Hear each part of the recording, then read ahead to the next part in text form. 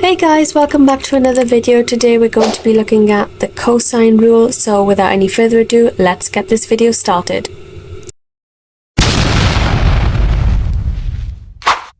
So before we look at any questions, we need to know when to use the cosine rule.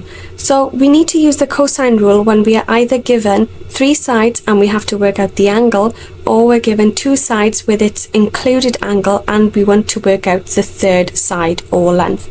Now, depending on what you are working out, we need to know two formulas, or you can use one formula and just learn how to rearrange it. Before we look at the formula, I just want to point out an important reason why we don't use trigonometry, and that is because trigonometry is only used for right angle triangles. If we have other triangles which are not right angles and meet those two conditions that we have just talked about, then we use the cosine rule. So let's familiarize ourselves with the formula. So the first formula we have is a squared is equal to b squared plus c squared minus 2bc cos a.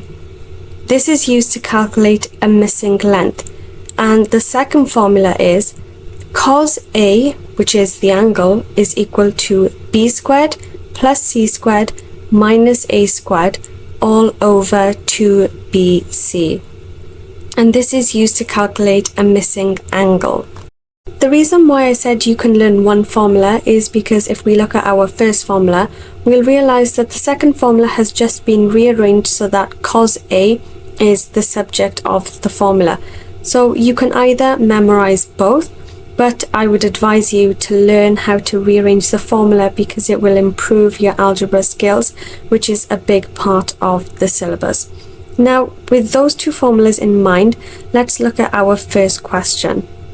So in question 1, we are given a non-right angle triangle, so we already know that we should not be using trigonometry. The question asks us to work out the value of x, which is the missing angle, and give our answer to three significant figures, which means we need to use the second formula. So before we do anything, we're going to write the formula down. Cos A is equal to b squared plus c squared minus a squared all over 2bc. So the length opposite the angle needs to be labelled as A, as the angle will be cos A, which is what we are working out. With the other two lengths, we can just label them B and C. Now it's time to substitute the labelled numbers into the formula. We are going to replace cos A with cos x, since the angle is labelled as x. So we get cos x is equal to 15 squared plus 16 squared minus 20 squared, all divided by 2 times 15 times 16. Now, when we put this into the calculator, we get cos x is equal to 27 over 160. Now, we need to get x, which is the angle, on its own. But right now, it has been multiplied by cos. So we do the opposite on the opposite side. We get x is equal to cos to the minus 1 of 27 over 160. So now when we type this into the calculator, we get 80.3, which is to three significant figures.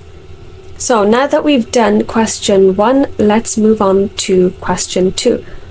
Question 2 asks us to work out the value of x, which is a length to one decimal place, and this time we are given the angle, which is 100. So now we're going to label our triangle. So x is going to be A, which is the length, and our angle is going to be cos of A, and we can label the other two lengths B and C.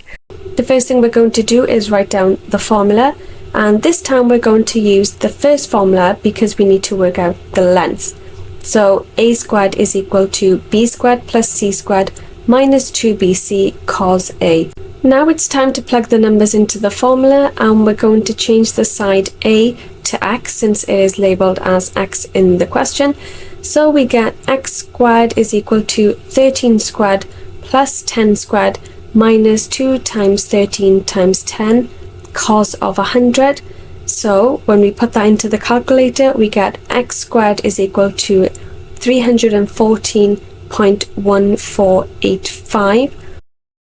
And we need x on its own, so when we square root this on the other side, we get our answer of 17.7 to 1 decimal place. And that's how you do a cosine question. So now that we've looked at 2 questions, it's time for the bonus question. Now I want you to try this question and leave your answer in the comment section below. So thanks for watching, guys. I hope this video made sense, and don't forget to subscribe to my channel and share it with all of your friends.